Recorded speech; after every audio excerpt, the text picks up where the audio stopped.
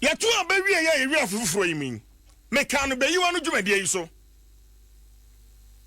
Se me hwene ma course campaign nim ni ade COVID-19 na me kan. Anya me wanwa se cases na be kosoro. I said it. What uta me pa no? I said it. Na nyankom na me hye. Me nyankom hye ni me nya D4. Niema me ankasa me de mani hu ye no. Ena ma me gina so me de ka asem no. Enne hwe bia e be gina. Enne make us say Shababia ya be gina. Ghana nanka emu ha baby September, October, honey, the boy who's for hene, or ya dear, ya managing ye, the whole Africa, ya toss saying, the whole world, ya toss saying. And I Jenny Memoir and no man Penicasa, Ghana records over 200 cases a day. As I speak, according to Ghana Health Service website, 297 new cases. 297 new cases.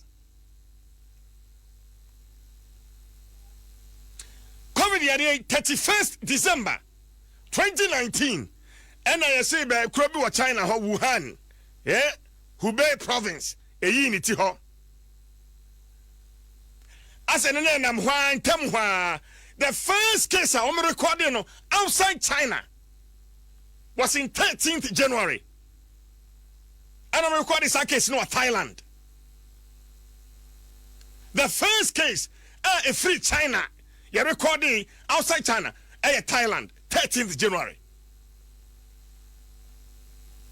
Nagana for Etiana Tete. Hey, I say oh, in Ruha. Hey, you just somewhere home. Okay, if you're saying homeboy, and yan to ye, kakran. By 12th March 2020, January, February, March, Bosumi and Santamuno, Nayarena Brugana. The first two cases, Nayariano, Edrugana ha. Asa gra, Feda ni ya nine. 30th March. Oma Penny Bekasai, lockdown, Accra, Tema, Kaswa Kumase. Now, while lockdown, who in your fem, so was some Patamuha, near one can South Fem. You declare lockdown, so who be a foul. And kakra cafe, ya hotre, a penny, lift a ban on a fay, ya queer you muscle, ya ni, and a near ma say, and I abaka, and I say, and a fay, lockdown, you easy restrictions. A moo 100 year, Nanny a musky, near she said, cracker, eh, adia yashan you. And I did more, in fact. As of 22nd April 2020, you lifted ban no. Not cases I record Ghana 1,154. Abra I lifted ban no. Not cases I record Ghana 1,154. And then kakran. The middle can say confirmed cases 57,714. Now, how did we get here? Measures here for your so. Now, say, Mivia, Media Baminu, no so. I'm talking about the politician. It says, we saw people dying. Nipa usa sabe and Kramano. Nipa usa sabe moi. And my members to say Italy. Yes, sir. A front of Carlisle, and I say, you're not so crab day. You may see one and just see a swarm. COVID yao. COVID ya. Nipa a poem. I did buy and I buy usum. Okay, lockdown, with interventions, cap bus, then MBSSI, Munye say, Afei, my signing executive instrument, blah blah blah. Na equire. The enforcement of COVID protocols, ya twatching. Na yetiawa because of politics. Ya tuni nyina agui campaign inti health work inti. We say stop. And I mean, we say stop. Ubedru hobby asusuno na di pegu ha omo mask. Ana di moi. Na sometimes it's your man penina or cap paps ni ade no ho asema na emesre. Da bia so because of man penny, aya won hia me. Na ka me ne nkokrom, me ne fa town, na me nchira no joint to joint a. Woman no. Joint to joint, woman na. Ah, wo fall apart so high big got way. Woman na. To tomwa. Oh. Na go piesa kamai. Oh, hono na fe yo go fadan suma hwa na oni nanamu a na ututomu na fe u be pie osu Oxford Street ya.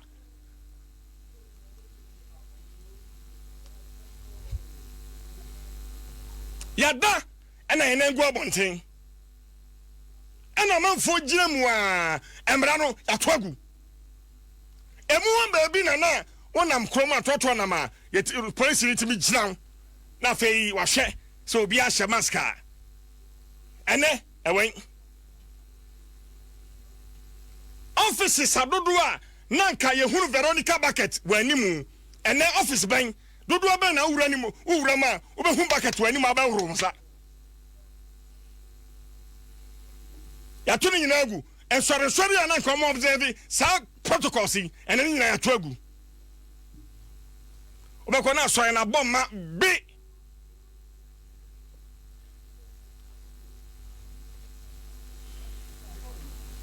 na no man pari kan bi meyam seseme meyam aseseme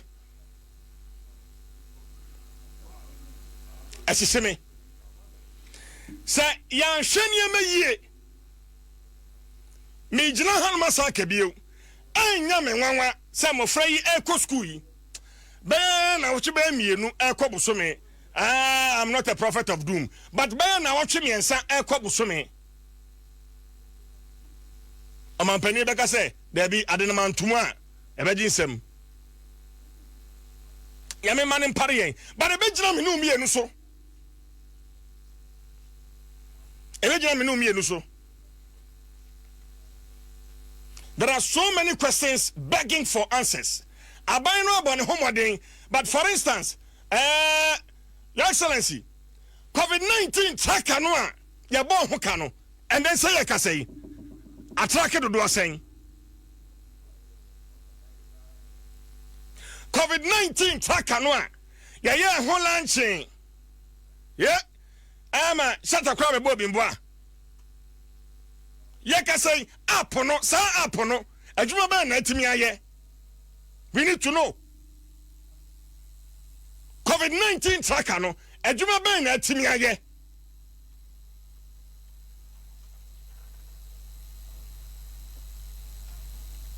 anapa na me ka se mi kire asempa mo ha mini papa ni bi pa woni me anante ache me baba 27-28 years branch no afa no kwan na masters last week Tuesday and an about friend say Master CJ papi home fa no I'm so and then I no so and saying auntie you dey go hospital Thursday no rehearsals and a branch and friend say you dey do hospital Wednesday no Thursday 1 p.m. papa no ewu omo ya ni test no COVID and this is a young man and can papa baba sponsor no to university akwa in masters papa no afrim now for COVID-19 can agro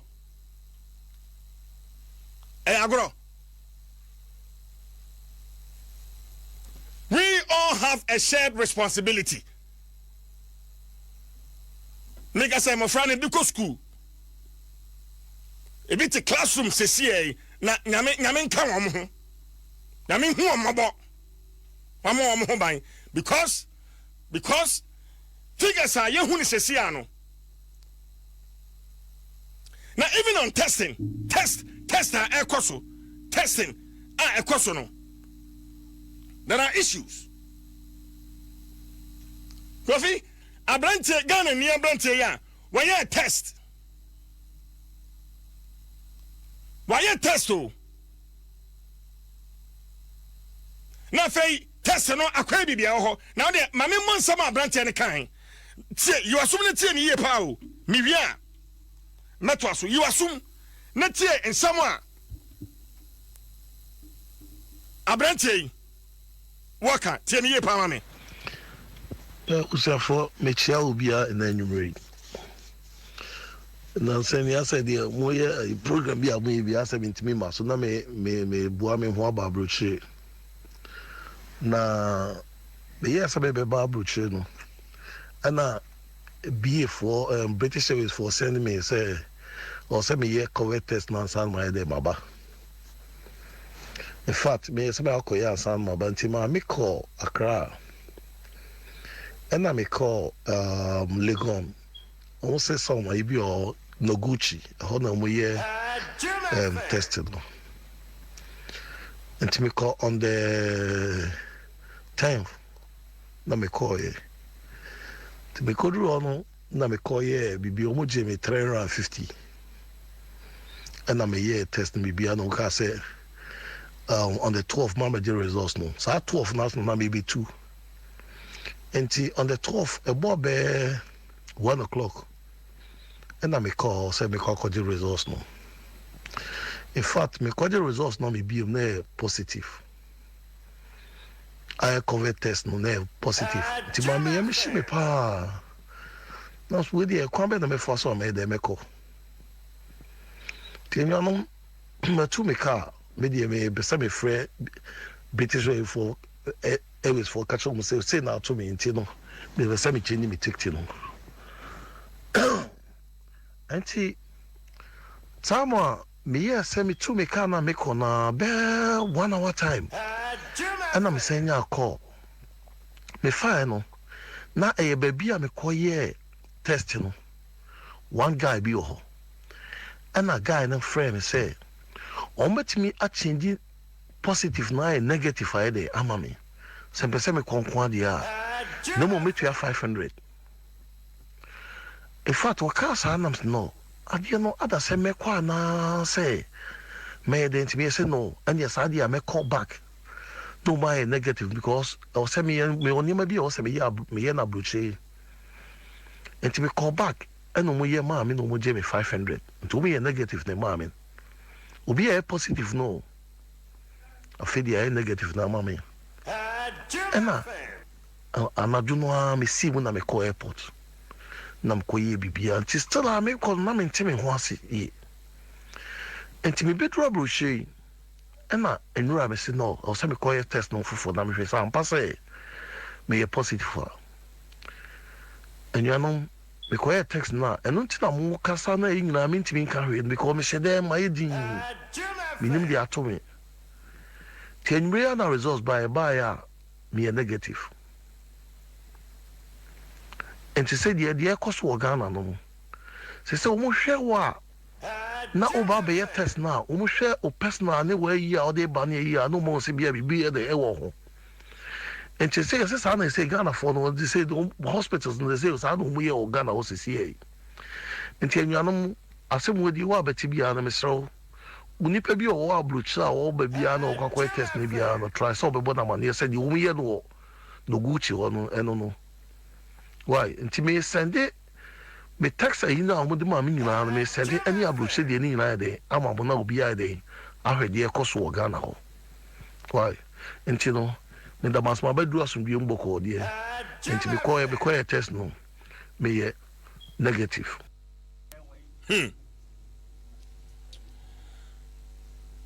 Ebsa Sauti.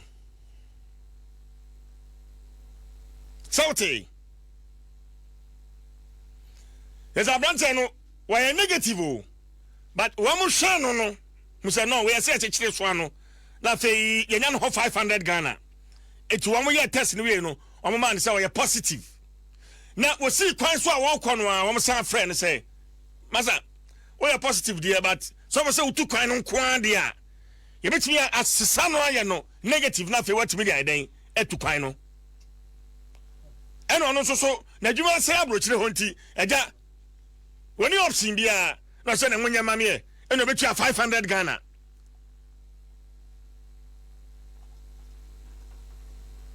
Now even that psychological effect create benya one to say no I didn't study. Why am I deceiving myself? You see me a positive and so I have negative results at mommy and I made it to flight team. And I do kodri. I found kodri momunwa okoye test angazanga no sana de no cry negative woni bi. Enti when so ade a ekoso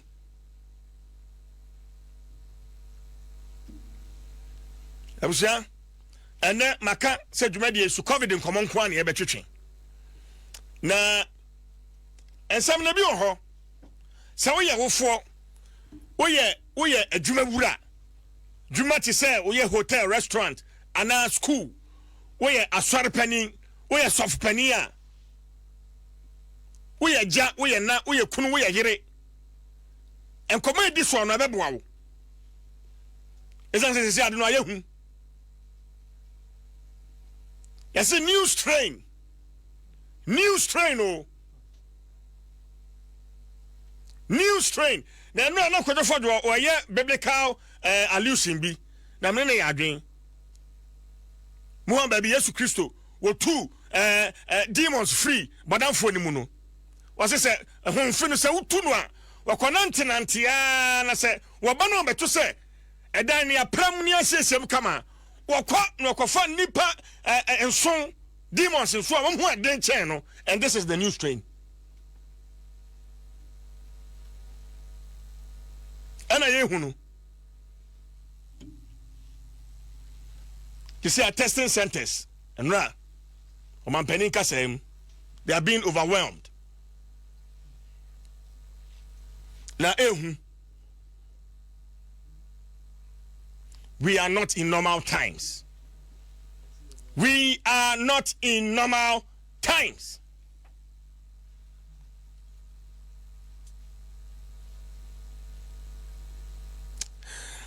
Okay, enti mame fa sranama TCL na fe Franco Trading Enterprise.